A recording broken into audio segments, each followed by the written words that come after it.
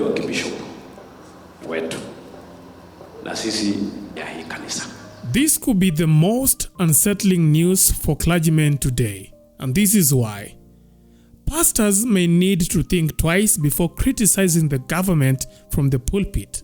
This time, the government is leaving no room for influential churches to use their platforms to challenge or tarnish the reputation of President William Ruto and his administration. Because all the way till now, I have always been thinking that this government is a government of God. Kwa maana wakati huu wote nilikuwa nafikiria serikali hii ni serikali ya Mungu. Because it's the one we voted for. Kwa maana ndio tulioichagua. To our embarrassment. Lakini kwa aibu yetu, it's a government of fight. Ni serikali ya vita. As a voter, I'm embarrassed. Kama mpiga kura ninaibika sana. And the next election you must convince me. Na katika uchaguzi ujao lazima unipatie sababu. Yes. Just days after evangelist Teresiah Wairimu unleashed a fiery sermon aimed at Ruto's leadership, the government seems to have taken offense and is now retaliating with force. Sources indicate that Wairimu's remarks caused an uproar, rubbing the powers that be the wrong way, and the response is swift and unforgiving. Yani tunasema kama sasa chief anapatikana akichukua nafasi kutaka kujua kanisa ilisomwa nini, hawa wabunge pia wanataka, kama wewe ni mbunge wa area ile watu wamekuja, unapiga simu unataka kujua pastor fulani alikuwa anazungumza nini, kwa nini watu fulani walikuja kwa kanisa hii. Sasa inaonyesha ni kanisa ni kama mlango wa kanisa umefungwa na serikali, wao ndio wataamuru watu watakaye kuja kanisani. Several clergy members now fear that their freedom to preach may be at risk. They say the government has started monitoring sermons to ensure they stick strictly to the gospel. Any deviation into criticism of the president or the government, however subtle, could trigger severe repercussions. The cry of the oppressed reaches to heaven. The thunder that is going to hit this government is doing warm-up.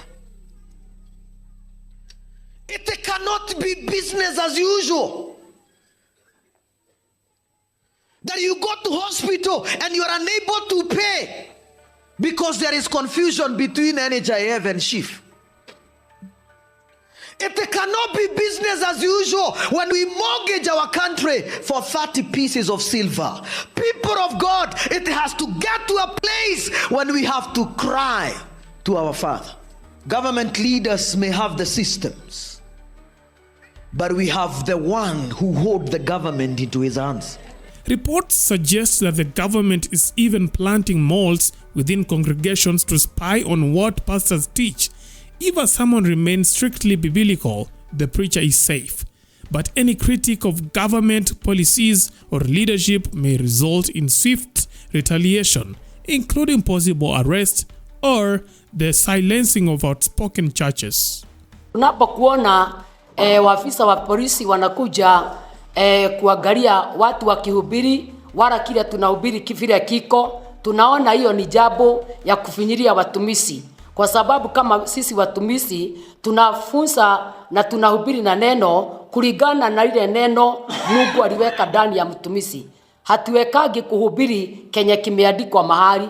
Tunafikira ya kwamba kuna jama ya kunyamazisha wahubiri na pia kunyamazisha washiriki ambao wengine ni wanasiasa wenye wanatutembelea makanisani. Tumeona tukipigiwa simu na machifu, wengine wamepigiwa simu na waheshimiwa wakiulizwa watoe taarifa ambazo wale watu walitembea kanisani walikuwa wameleta. Tuliona mrorongo watu wakizuiliwa kuingia katika makanisa fulani. Kanisa mbili ambazo tulikuwa tumetembelea hatukuingia, na kulikuwa na GSU walikuwa katika ground kuzuilia tusiingie kwa makanisa. Tunaonelea kwamba rais amesema kuna uhuru wa taarifa, kuna uhuru wa speech. Na kama kuna uhuru, hatuoni sababu chief atupigie simu kutuambia tumtumie taarifa. ama mheshimiwa yeyote ile ama kiongozi yeyote ile. The crackdown appears to be part of a broader strategy to control narratives from influential voices in the country. Having once benefited from the church support during the elections, the government seems determined to prevent these same religious institutions from turning against it.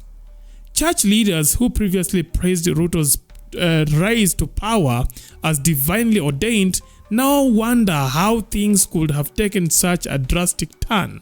Tumesema tunajuta sababu tunajiuliza ni kwa nini hatukufikiria ati baada ya kufanya vile tulifanya kutakuwa na mambo ya kutufuata nyuma kuona kama tulitenda dhambi.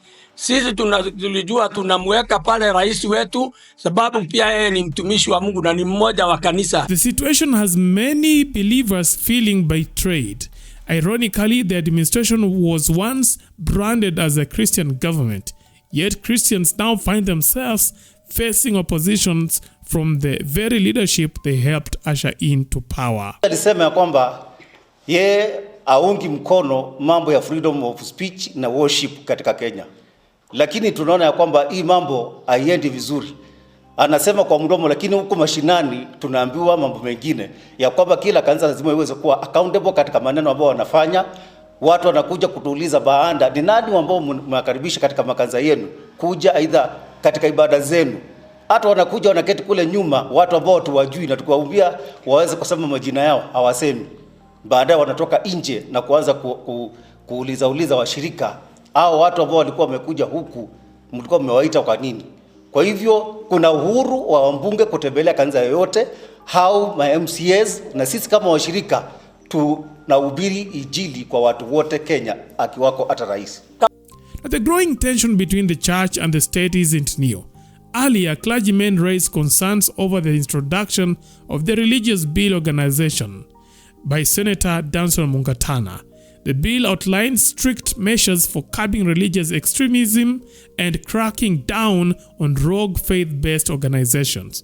However, many in the clergy believe it is just another tool to tighten control over religious expression, stifling voices that dare challenge those in power. Been contending for his soul. Nimekuwa nikipigania moyo wake. Because listen, it is not a building you are touching. Kwa sababu sio jengo unagusa. You are touching a nation system. Unagusa the powers of Rome.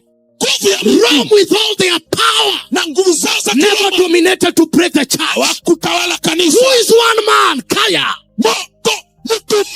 Allow me to say this prophetically. Watch the political career of that man. It is dead on arrival.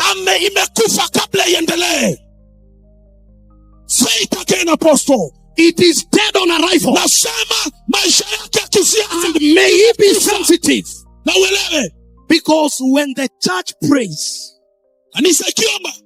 I know people have avoided to talk, but when the church prays, even burials can be organized. Kanisa ikiomba hata mazishi tutafanya.